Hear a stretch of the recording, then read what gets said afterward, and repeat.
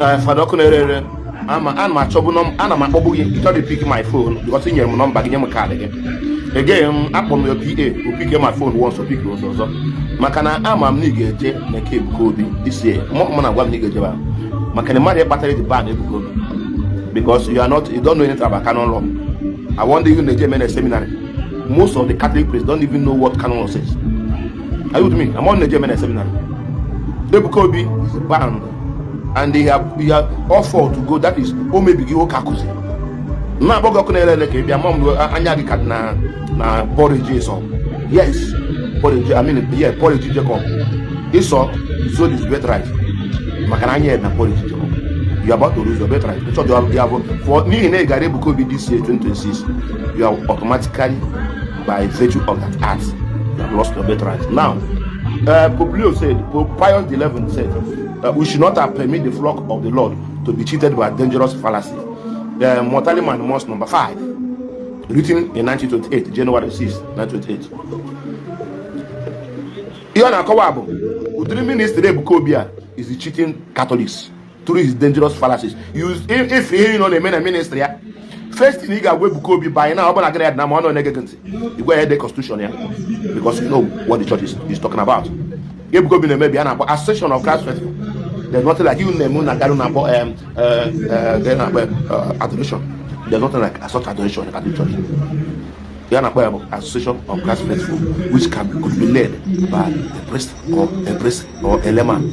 Now see, who never when I catch it to through dangerous fallacies.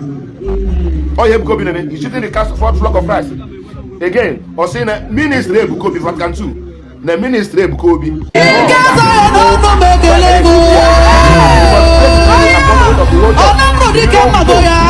Holy Spirit have appointed to rule the church. Or say, would the apostolic march stand up number 20? Mommy, my mother moved to Okunerere. Apostle stand Vatican II document written on how to guide and regulate apostolic faithful or Catholic faithful. Or say to see that the doctrine and the orders are safeguarded. You can accuse na akọwara ofuma jide sie yike kamara repara here buko bi na man about heavenly cause not the church of the Catholic Church, so it should be removed, but he refused to remove it. That is so that or say you must join the Bukobi if only his ministry is approved by legitimate authority. Apostolic Council number 24. No bonnet Oka Bishop Emere approved. You should not join him. Are you with me? Obugo nega join there in any advice. Man now Bishop may be approved. In fact, Bishop is not silent, he's vocal and said Ebukobi is no more a Catholic.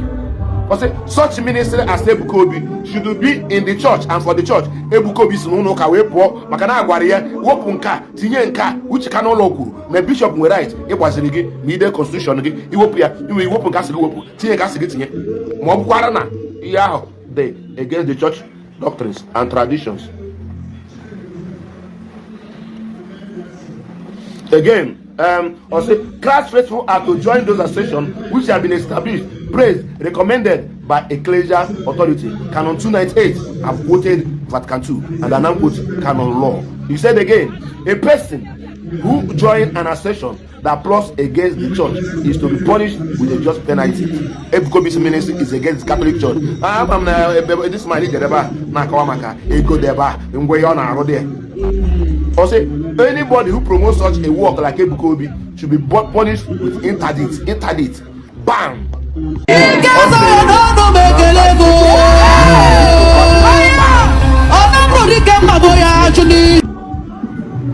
Again, no private association. Ebukobi is still private association. No private association is to be recognized in the church unless its status has been reviewed by the competent authority of the church. Canon 299. That is what Archbishop told him.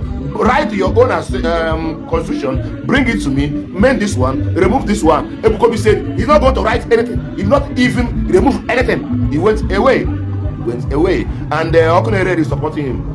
Or say all association of Christ faithful are subject to supervision of the competent ecclesial authority. Canon 305. I don't know if Okunerere might this canon law. No. Because but this man, Atrenga cannot dari who?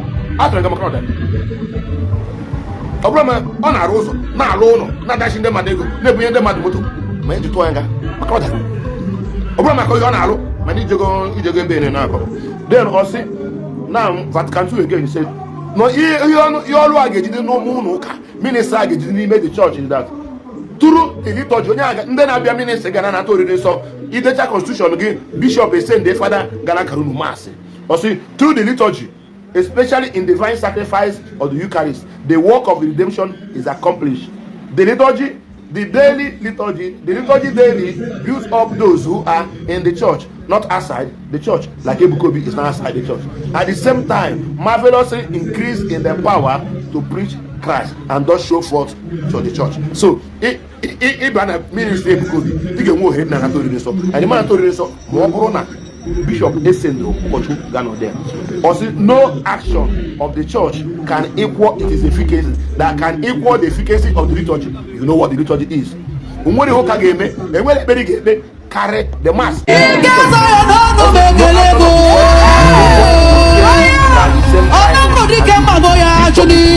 Part 1 and part 2. This is the part 1. Also, especially from the Eucharist, grace is poured forth upon us as from a fountain, and the sanctification of men in Christ are glorification and glorification of God.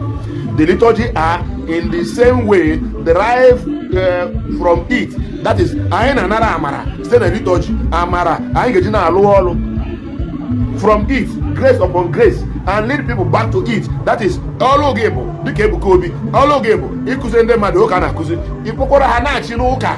Obode Paul he dosara onwogi. Name is onwogi the bishop, the priest, and everything. But no, elu chologe.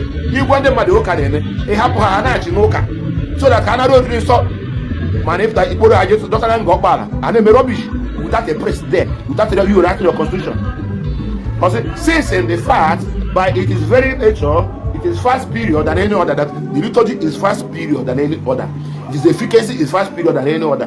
Sacrosanctum Concilium number 10, Sacrosanctum Concilium number 13, Sacrosanctum Concilium number 2, Sacrosanctum Concilium number 7. Obayi Okunerere Sacrosanctum Concilium. Also, this charism, Amara in a Catholic church, is to be exercised inside the church, not outside the church, for the development of the church and of exercising them in the freedom of spirit, where everyone will have the same time to commune with one another as brothers and sisters, with the pastors of the church, with the priest and the bishop. Bishop is the pastor of the church. But no, Okunerere is thinking that church is against Ebukobi. Part 2 is coming. Some Christians were, I'm quoting here because Ebukobi name. This is a rebellious action. Monk in our monastery, Monk Gerard Desordre, the hermit in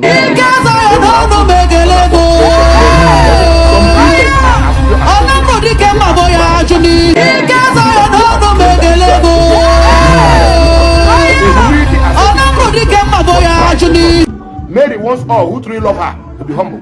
We imitate Mary each time we accept the teaching of the church. Page 28 of that document, of that book. Now, and finally, before we go to the next segment, Populio the 13, a body put apart cannot live unless with the head. That is Ebukobi's ministry. It was like Catholic church, he can never survive unless he join the Catholic church. Does not matter whatever he do. A Christian is a Catholic as long as he lives in the body. You are a Catholic as long as you live with the church and work in the church. Or say, cut off from it, he became heretic.